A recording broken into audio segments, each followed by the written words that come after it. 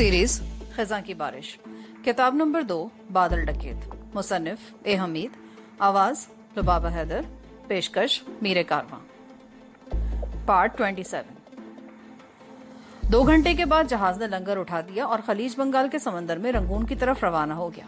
मौसम अबरालूद जरूर था मगर समंदर पुरसुकून था। मामूल के मुताबिक हवा चल रही थी। शबाना को कप्तान ने अपने साथ वाला अलग छोटा कैबिन दिया था। दोपहर को कप्तान ने शबाना को अपनी मेज पर साथ बिठाकर खाना खिलाया। शाम की चाय भी उसने कप्तान के साथ ही पी। रात को शबाना को बड़ी गहरी नींद आई। वो खुश थी कि दरिंदों की दुनिया से निकल आई है और अब अपने प्यारे वतन पाकिस्तान पहुंच जाएगी। दूसरा दिन भी खुशगवार था। सूरज तुलू हुआ तो शबाना उसका नजारा करने के लिए जहाज के अर्शे पर आ गई। ठंडी मरतूब हवा चल रही थी। चारों तरफ पानी ही पानी था। मशरकी उफक पर सुर्ख सूरज का थाल आहिस्ता आहिस्ता तुलू हो रहा था। सूरज से लेकर जहाज तक एक सुर्ख सड़क सी बिछ गई थी। शबाना उस मंजर के शहर में गुम हो गई। न जाने वो कब तक तुलुए सुबह के मंजर में गुम रहती कि अचानक एक जबरदस्त धमाका हुआ और वो समंदर में गिरते गिरते बची। जहाज को एक भयानक धचका लगा और वो एक तरफ को घूम गया। शबाना वहीं जंगले को पकड़कर बैठ गई। उसकी कुछ समझ नहीं आ रहा था कि ये क्या हुआ है। अर्शे पर खलासी इधर उधर घबराहट के आलम में दौड़ने लगे। 15 सेकंड बाद दूसरा धमाका हुआ। ये धमाका पहले से ज्यादा शदीद था और जहाज एक तरफ को झुक गया। शबाना का दिल खौफ के मारे अंदर से धड़कने लगा। वो अर्शे के फर्श पर एक तरफ को लुढ़क गई। अगर वो लंगर की बड़ी जंजीर को ना थाम लेती तो समंदर में गिर गई होती। लंगर की जंजीर अर्शे पर गोल चक्कर की शक्ल में पड़ी थी। शबाना वहीं सहमी बैठी मल्लाहों को घबराहट के आलम में इधर उधर दौड़ते देखने लगी। वो जोर जोर से बंगला और तामिल जुबानों में एक दूसरे को पुकार रहे थे। जहाज आहिस्ता आहिस्ता एक तरफ को झुकता जा रहा था। फिर जहाज के बड़े हवादान में से पहले गाढ़ा सया धुआं निकला, फिर आग के शोले निकलने लगे। जहाज में शोर मच गया कि आग लग गई है। शबाना का दिल बैठने लगा। हलक दहशत के मारे खुश्क हो गया। मौत सामने आन खड़ी हुई। चारों तरफ समंदर ही समंदर था। जहाज डूब गया तो वो भी उसके साथ समंदर में गर्क हो जाएगी। वो कोशिश करके उठी कि किसी तरह कप्तान के कैबिन तक पहुंचे। वो अर्शे पर पड़े सामान को पकड़ती जहाज के नीचे जाती सीढ़ियों की तरफ बढ़ने लगी कि इतने में एक साथ 2 जबरदस्त धमाके हुए और जहाज का अगला हिस्सा पानी में डूब गया। साथ ही कैबिन की सीढ़ियों में से आग के शोले बाहर निकलने लगे।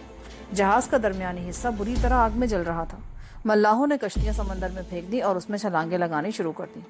चारों तरफ आग ही आग फैल गई। नीचे से कोई ऊपर ना आ सका। जहाज तेजी से पानी में गर्क हो रहा था। अजीब अजीब सी आवाजें बुलंद हो रही थी। किसी ने शबाना को देखा तो चिल्लाकर कहा, कश्ती में कूदकर जान बचाओ। शबाना भी दूसरे मल्लाहों के साथ दौड़ती हुई जंगले तक गई। कई कश्तियां तेजी से समंदर में तैरते हुए जहाज से दूर जा रही थी। एक कश्ती जहाज के नीचे समंदर में खड़ी डोल रही थी। उसमें जहाज के कुछ मल्लाह खड़े ऊपर देखकर बंगला जुबान में चिल्ला रहे थे। एक रस्सा अर्शे से नीचे कश्ती तक लटक रहा था। शबाना ने रस्से को पकड़ा और फिर आहिस्ता आहिस्ता नीचे उतरना शुरू कर दिया। जहाज में आग मजीद भड़क उठी थी और उसकी तपिश शबाना को नाकाबिले बर्दाश्त महसूस हो रही थी। कश्ती से 10-15 फुट की ऊंचाई से शबाना ने कश्ती में छलांग लगा दी। मल्लाहों ने चप्पू जोर जोर से चलाने शुरू कर दिए। कश्ती समंदर की बड़ी बड़ी लहरों पर डोलती तेजी से जहाज से दूर होने लगी। शबाना एक तरफ सहमी हुई बैठी थी। उसे रह रहकर जहाज के कप्तान का ख्याल आ रहा था। खुदा जाने वो कहाँ होगा।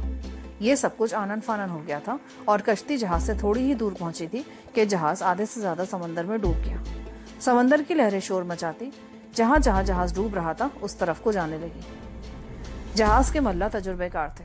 वो उस भंवर से कश्ती को निकाल कर ले गए। शबाना ने पीछे मुड़कर देखा तो जहाज समंदर में डूब चुका था। उसका दिल भी जैसे डूबने लगा। वो समंदर में अकेली रह गई थी। चारों तरफ समंदर ही समंदर था। क्या वो जिंदा बच सकेगी? ये कश्ती इतने बड़े समंदर में कहाँ तक उनका साथ देगी? शबाना का जिस्म खौफ के मारे ठंडा पड़ गया। कश्ती समंदर की उभर उभर कर डूबती लहरों पर बुरी तरह डोल रही थी। शबाना ने कश्ती की दीवार के साथ लगे रस्से को मजबूती से थाम रखा था। समंदर के पानी ने उसके कपड़ों और सर के बालों को शराबोर कर दिया। मल्ला चीख चीख कर एक दूसरे को आवाजें दे रहे थे। 7-8 मल्ला पूरी ताकत से दीवानावार बड़े बड़े चप्पू चला रहे थे। जहाज के डूबने से वहां जो बहुत बड़ा भंवर पैदा हो गया था वो आसपास की समंदरी लहरों को अपनी तरफ खींच रहा था। मल्ला अब उस भंवर से निकलने की सरतोड़ कोशिशें कर रहे थे।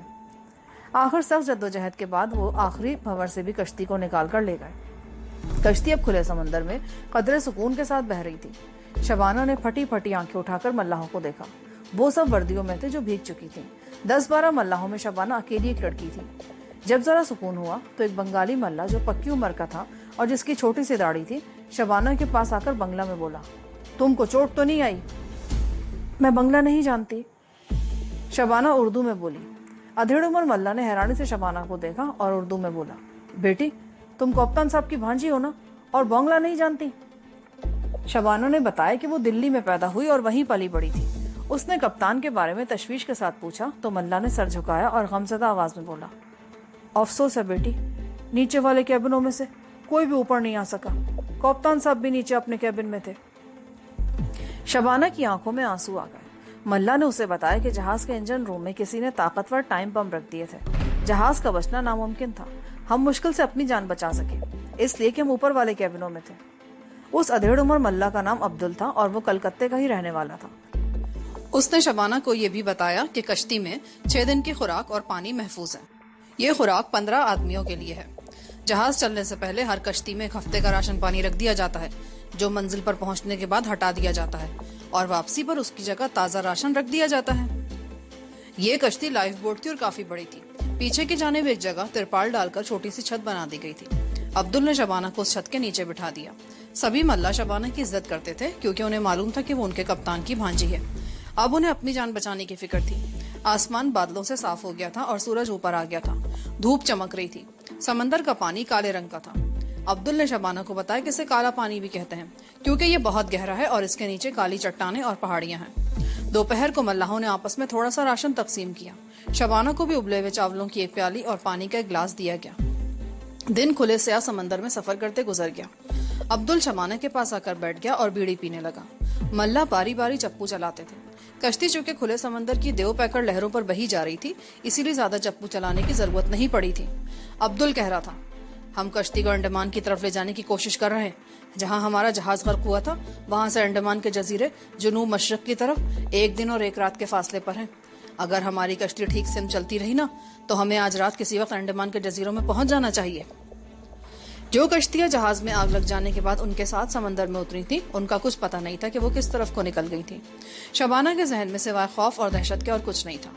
इतने बड़े समंदर में वो अपने आप को पहली बार बेयारो मददगार पा रही थी। सूरज मगरिब की जानिब झुकने लगा था। धूप सुनहरी होकर सूरज की तरफ सिमटने लगी थी। एक बार फिर जब सूरज ने मगरबी उफक का किनारा छुआ तो सूरज से लेकर कश्ती तक एक सुनहरी रास्ता बन गया। फिर सूरज समंदर में डूब गया, लेकिन गुरूबे आफ्ताब की रोशनी देर तक समंदर पर फैली रही। उसके बाद समंदर को अंधेरे ने अपनी लपेट में ले लिया। शबाना को समंदर से डर लगने लगा। रात के शुरू में अब्दुल ने उसे चावल की 1 कटोरी और पानी दिया। शबाना खाना खाने के बाद तिरपाल के नीचे सुकड़ कर लेट गई। आसमान पर तारे निकल आए। समंदर की नमकीन मरतूब हवा ने शबाना के चेहरे पर जैसे मोम की पतली सी तह जमा दी थी। अब्दुल दूसरे मल्लाहों के साथ कश्ती में आगे की जानिब खड़ा सितारों की मदद से सिंध का तयन कर रहा था। ये मल्लाह रात के अंधेरे में सायों की तरह लग रहे थे। हवा सर्द हो गई थी। शबाना ने चादर ऊपर कर ली और मुंह बाहर निकाले कश्ती को कभी ऊपर और कभी लहरों के साथ नीचे जाते देखने लगी। कुछ देर बाद अब्दुल उसके पास आकर बैठा और बोला, बेटी सो जाने की कोशिश करो, हम ठीक रास्ते पर जा रहे हैं। उम्मीद है आधी रात के बाद हमें अंडमान के लाइट हाउस की रोशनी नजर आ जाएगी। शबाना ने आंखें बंद कर ली। वो एक जहन्नुम से निकलकर दूसरे जहन्नुम में गिर पड़ी थी। वो दिल ही दिल में खुदा से दुआ मांगने लगी। नींद उसे बिल्कुल नहीं आ रही थी। अब्दुल उठकर दूसरे मल्लाहों के पास चला गया जो अंधेरी रात में भूतों की तरह चप्पू चलाते हुए आगे पीछे हो रहे थे। शबाना आंखें बंद किए सोने की कोशिश करने लगी। रात गुजरती चली जा रही थी। शबाना के जहन में मुंतशिर ख्यालात गर्दिश कर रहे थे और नींद कोसों दूर थी। फिर भी वो आंखें बंद किए तिरपाल की छत के नीचे पड़ी रही। अचानक एक मल्ला ने चीख कर लाइट हाउस का नाम लिया। दूसरे मल्ला भी खुशी से नाचने लगे। शबाना उठकर बैठ गई। मशरक में दूर अंधेरे समंदर के किनारे रोशनी की एक झलक बार बार रोशन हो जाती और फिर बुझ जाती थी। अब्दुल ने वफूर मुसरत से कांपती आवाज में शबाना के पास आकर बताया कि अंडमान का लाइट हाउस नजर आ गया है। वो देखो, लाइट हाउस की रोशनी है जो एक बार सामने आकर दूसरी तरफ घूम जाती है। शबाना के मुर्दा जिस्म में रोशनी देखकर जान सी पड़ गई। उसने आंखें बंद करके हाथ जोड़कर अल्लाह ताला का शुक्र अदा किया और अब्दुल से पूछा कि वो कितनी देर तक साहिल पर पहुंच जाएंगे। अब्दुल ने समंदर की तेज हवा में बड़ी मुश्किल से बीड़ी सुलगाई और बोला, बस बेटी, अब पहुंचने वाले ही समझो। साहिल करीब आने से समंदरी लहरों की रफ्तार तेज हो गई है। हमने कश्ती को इन तेज लहरों पर डाल दिया है। 2-3 घंटों तक हम साहिल पर होंगे। या अल्लाह, तेरा शुक्र है। ये कहकर अब्दुल अपने मल्लाह साथियों के पास चला गया। शबाना बड़े गौर और पुरिश्तयाक नजरों से लाइट हाउस की तरफ रोशनियों को देख रही थी।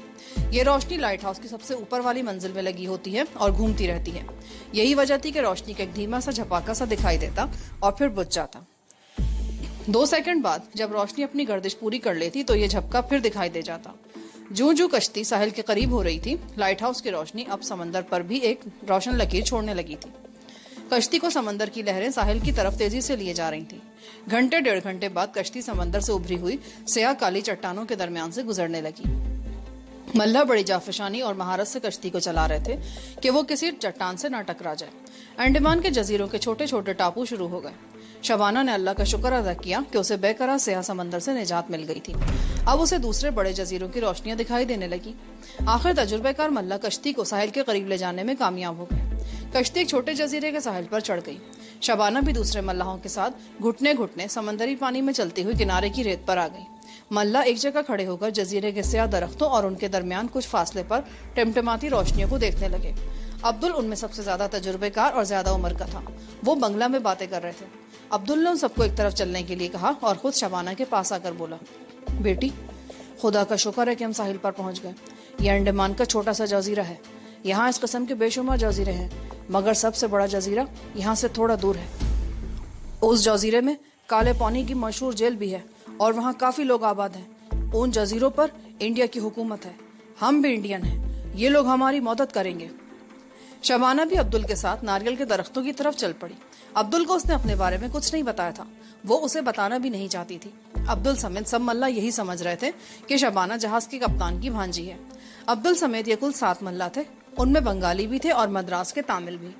नारियल के दरख्तों से निकलकर वो एक पक्की सड़क पर आ गए। इधर उधर दरख्तों में कई बैरकें बनी हुई थी जिनके बाहर रोशनी हो रही थी। अचानक एक तरफ से 2 संतरी राइफलें ताने निकले और हाल्ट का नारा लगाकर उनके सामने राइफलें तान कर खड़े हो गए। ये इंडियन संतरी थे। अब्दुल ने आगे बढ़कर उन्हें सारी दास्तान सुनाई कि किस तरह उनका जहाज समंदर में गर्क हुआ और वो कश्ती के जरिए अपनी जानें बचाकर यहाँ तक पहुंचे हैं। इंडियन फौजियों पर उसका कोई असर नहीं हुआ और वो उन सबको एक बैरक की तरफ ले गए और वहां बंद कर दिया। अब्दुल कहने लगा, घबराने का जरूरत नहीं है। सुबह को उनका अफसर आएगा तो वो हमें आजाद ही नहीं करेगा बल्कि हमें किसी जहाज में बिठाकर हिंदुस्तान भी पहुंचा देगा। आखिर जहाज के डूबने की खबर उन तक पहुंच गई होगी। कप्तान ने धमाका होते SOS सिग्नल दे दिया होगा। शबाना परेशानी के आलम में बैरक के कोने में फर्श पर बैठ गई। अब्दुल थोड़ी थोड़ी देर बाद उसे तसल्ली दे देता। 15 मिनट बाद एक सिख कैप्टन आंखें मलता हुआ यहाँ आ गया। उसने आते ही सबको गौर से देखा। शबाना की तरफ घूरते हुए बोला, ओए, ये कौन है? अब्दुल ने बताया कि ये जहाज की कप्तान की भांजी है और कलकत्ते से कप्तान के साथ रंगून जा रही थी। सिख कैप्टन ने अपनी दाढ़ी खुजाते हुए कहा, ओए, तुम जासूसी करने वाले लगते हो। मैं तुम सबको जानता हूँ। सुबह मैं तुम्हें खुद शूट करूंगा। अभी रात गुजर जाने दो। कैप्टन अपने गार्ड्स के हमरा बैरक से निकल गया और बैरक के बाहर 2 राइफल बरदार संतरियों का पहरा लगा दिया गया। शबाना का दिल बैठने लगा। उसे मौत सामने नजर आ रही थी। अब्दुल ने अगरचे उसे हौसला दिया था मगर शबाना का दिल कह रहा था कि ये अक्खड़ फौजी उसे जिंदा नहीं छोड़ेंगे। दूसरे दिन सिख कैप्टन बैरक में आया तो वो होश में था। वो भूल चुका था कि रात उसने अब्दुल और उसके साथी मल्लाहों को शबाना समेत शूट करने का फैसला किया था। वो उन सबको स्टीमर में सवार कराकर अंडमान के सबसे बड़े जजीरे में ले गया जहाँ काले पानी की सेंट्रल जेल थी और जिसकी एक सलाखदार जमीन दोज कोठरी में नदीम कैदोबंद के शबोरोज गुजार रहा था। यहाँ उन्हें कमांडर के सामने पेश किया गया। अब्दुल ने उसे भी जहाज के गर्क होने की दास्तान सुनाई। वो बोला, कल हमें उस जहाज के सिग्नल मौसूल हुए थे लेकिन फिर ये सिग्नल अचानक बंद हो गए। अब्दुल ने बताया कि जहाज में धमाके हुए और आग लग गई और वो इतनी तेजी से डूब गया कि जहाज के कप्तान को भी केबिन से ऊपर डेक पर आने की मोहलत न मिल सकी। कमांडर ने उन सब मल्लाहों के नाम लिखकर कलकत्ते में मर्चेंट नेवी के सेंट्रल ऑफिस के साथ वायरलेस पर बात की और वहां से उन मल्लाहों के नामों की तस्दीक हो गई। ये भी मालूम होगा कि कप्तान के साथ उसकी भांजी भी सफर कर रही थी।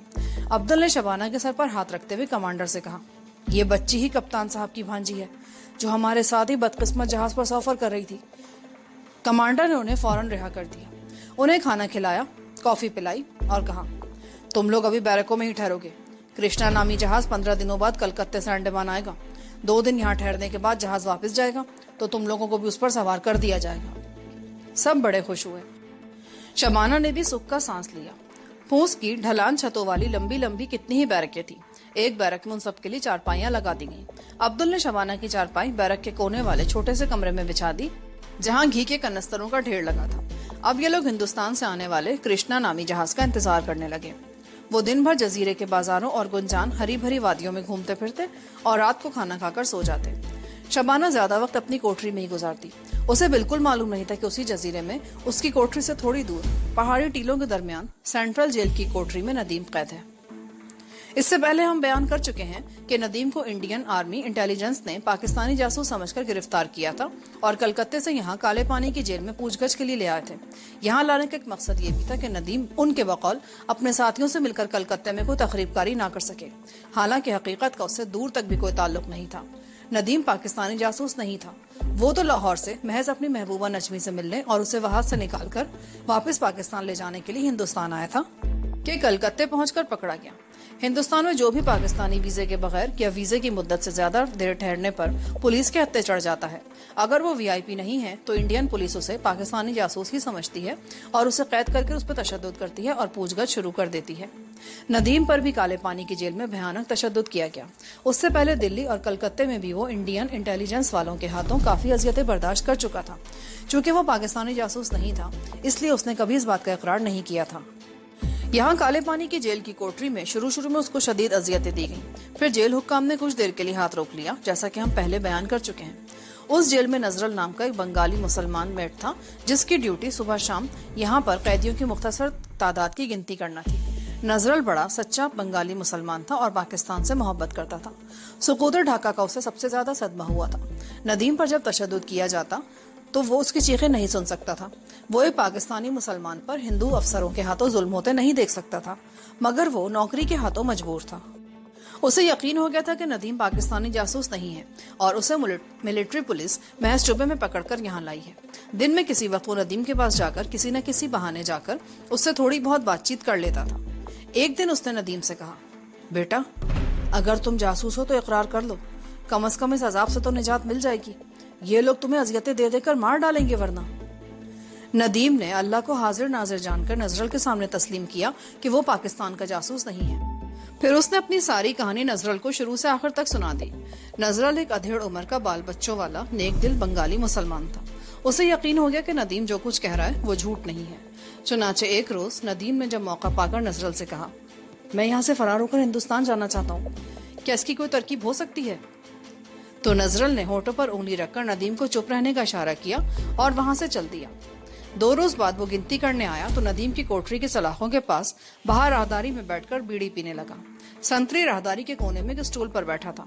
जेल के संतरी नजरल बाबा का बड़ा एहतराम करते थे और कभी उस पर रोक टोक नहीं करते थे। नजरल ने राहदारी की तरफ देखते हुए नदीम से आहिस्तगी से कहा, कृष्णा नाम का एक इंडियन जहाज माल लेने 20 रोज बाद यहाँ आने वाला है।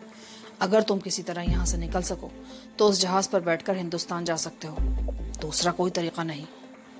नदीम जल्दी से सलाखों के पास एक तरफ ओट में होकर बैठा और सरगोशी में बोला, बाबा मैं यहाँ से कैसे निकलूं? सिर्फ तुम ही मेरी मदद कर सकते हो। नजरल बीड़ी का कश लगाकर उठ खड़ा हुआ। सामने से संतरी राहदारी में टहलता हुआ इधर आ रहा था। नजरल ने नदीम को मुखातिब करके बुलंद आवाज में कहा, अरे पाकिस्तानी जासूसों को हम कभी नहीं छोड़ा करते, बेहतर है कि तुम मान लो कि तुम पाकिस्तानी जासूस हो। और नजरल संतरी को सलाम करता हुआ राहदारी में आगे चल दिया। नदीम दीवार के साथ लगकर पुराने कंबल पर बैठ गया और सोचने लगा। नजरल अगर उसे यहाँ से किसी तरह निकाल दे तो वो कृष्णा जहाज पर सवार होने की पूरी कोशिश करेगा। ये जानकर नदीम को जैसे एक नई ताकत मिल गई थी कि नजरल उसकी मदद पर आमादा हो गया है और अब उसे आजादी की रोशनी दिखाई देने लगी थी। 3 दिन गुजर गए। नजरल राहदारी में से गिनती की आवाज लगाता हुआ गुजर जाता। वो नदीम से कोई बात न करता, उसकी कोठरी के आगे एक पल के लिए भी ना ठहरता। चौथे रोज दोपहर के वक्त वो बाल्टी हाथ में लिए राहदारी में दाखिल हुआ और नदीम की कोठरी के आगे सलाखों के पास खड़े होकर बोला, डोंगा लाओ, शरबत ले लो। आज शुभ रात्रि का त्यौहार है, सब कैदियों को नारियल का मीठा शरबत पिलाया जा रहा है। संतरी उस वक्त कॉरिडोर में नहीं था। सलाखदार दरवाजे पर ताला पड़ा था। नदीम डोंगा हाथों में लिए सलाखों के पास आ गया। नजरल ने उसके डोंगे में शरबत डालते हुए आहिस्ता से लोहे की एक चाबी उसके डोंगे में डाल दी और धीमी आवाज में कहा, ये चाबी तुम्हारे तौले की है। सीधे हाथ को राहदारी में जाकर आगे जाकर सीढ़ियां नीचे उतरती हैं। वहां से एक नौला बाहर जंगल में निकलता है। रात 12 बजे का घंटा बजते ही तुमने यहाँ से निकल जाना है। उस वक्त राहदारी में संतरी सो रहा होगा। मैं तुम्हें जंगल में नाले के बाहर मिलूंगा। संतरी जाग रहा हो तो उसे मार डालना। पकड़े गए तो मेरा नाम न लेना। ये तुम्हारा आखिरी चांस है। नजरल बाल्टी उठाए चला गया। ندیم کا دل زور زور سے دھڑک رہا تھا. اس کی آزادی کا پروانہ کوٹری کے سلاخ دار دروازے کے باہر لگے ہوئے بھاری تالے کی چابی اس کے ڈونگے میں تھی. اس نے جلدی سے ہاتھ ڈال کر ڈونگے میں سے چابی نکالی اور اسے کمبل کے نیچے چھپا دیا. پھر آہستہ آہستہ شربت پیتے ہوئے رات کو فرار کا منصوبہ تیار کرنے لگا. وہ اس سے پہلے دلی کی جیل سے فرار ہو چکا تھا.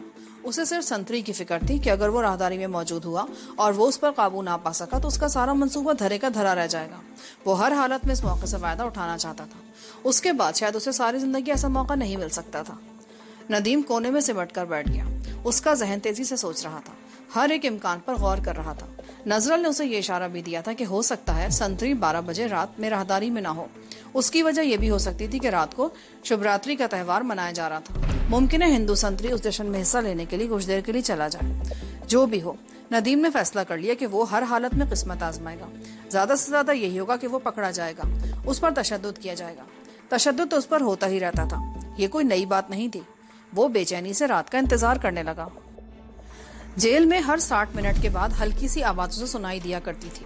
نظرل رات کو ٹھیک 9 بجے آتا تھا. نظرل اس رات بھی 9 بجے آیا اور گنتی کی آواز لگاتا اس کی کوٹری سے آگے گزر گیا. یہاں سے ندیم نے وقت کا حساب رکھنا شروع کر دیا. 10 کا گھنٹہ بجا, پھر 11 کا گھنٹہ بجا تو ندیم اضطراب کے عالم میں پہلو بدلنے لگا. کچھ دیر کے لیے وہ کوٹری میں ٹہلتا بھی رہا. اسے 12 بجے کے گھنٹے کا انتظار تھا. ایک بار وہ اٹھ کر سلاخوں کے پاس آیا. اس نے سلاخوں کے ساتھ منہ لگا کر دائیں جانب دیکھا.